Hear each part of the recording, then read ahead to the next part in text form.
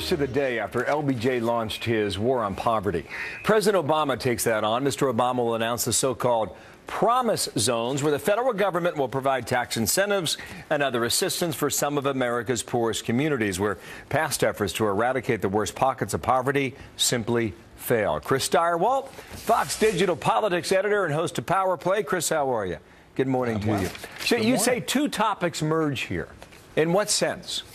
Well, in this sense, the president would very much like to change the discussion to what he says is a Republican cruelty or resistance to helping those in need, whether it's extending emergency unemployment benefits into a fifth year, or whether it is his call for these promise zones or anything else. And Democrats are heartened. They say he's got the bully pulpit and he can push hard on these issues and change the narrative for the 2014 election.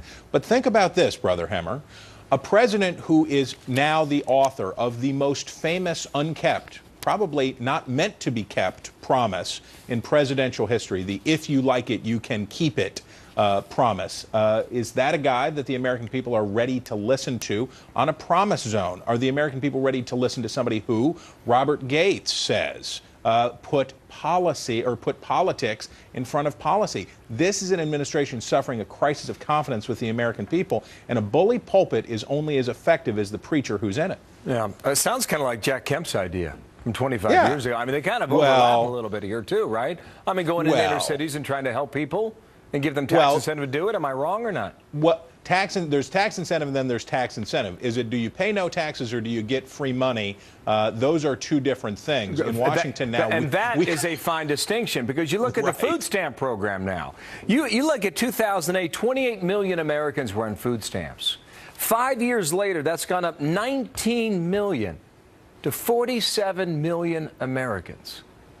Well, the point of view of this administration is that that is, in part, a good thing, because more people who need the help are getting it. Much as they point to the enrollment of some 5 million human beings onto a welfare program, Medicaid, they think that it's good when more people are enrolling in these welfare programs. For many Americans, however, they think that is a hallmark of failure. They think that is a sign that things are going the wrong way. But for the administration, they think this is a good thing because they're getting more money out there. This is a president, Bill, don't forget, who said that unemployment payments, that welfare payments to unemployed people create jobs.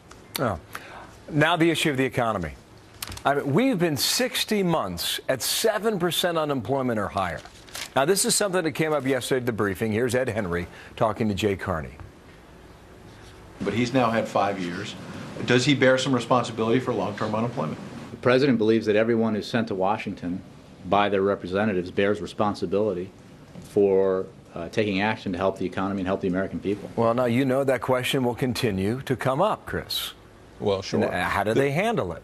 The narrative from the Obama administration is that the president is a victim of 40 years of policy failure, Republican and Democratic alike, that leads to this moment in which people can't get good jobs, the economy has essentially failed, and so that people need to recognize that it's not really his fault.